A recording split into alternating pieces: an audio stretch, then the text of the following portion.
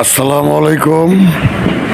পবিত্র বিশুদ্ধবার দিন শূন্যের পরে আসলে আপনাদের একটা জিনিস দেখাবো। আমি একটা রুগী দেখতে গেছি ফেরার পথে, তো এই শাহজাহান ভাইয়ের সাথে গাড়িতে উঠলাম।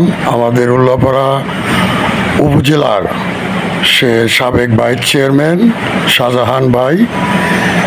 আসলে কথা হলো, উনি যে সময় গাড়িতে উঠলো, নিম্নে 10 জন ব্যক্তি লেপে উঠে বলতেছে, এখানে বসেন ভাই, এখানে বসেন ভাই, এখানে বসেন। তো আমি জিনিসটা ফলো করিয়া আমিও ওনাকে বসলাম, ভাই এখানে, মামা এখানে বসেন। তো যাই হোক, আমি এই বেচারার সম্মানটা দেখে আমি খুবই মুক্ত, যার কারণে আমি ভিডিওটা বানাইলাম। ভালো লাগলে শেয়ার লাইক করবেন। ধন্যবাদ। কবিরাজ আসাদ, আসসালামু আলাইকুম।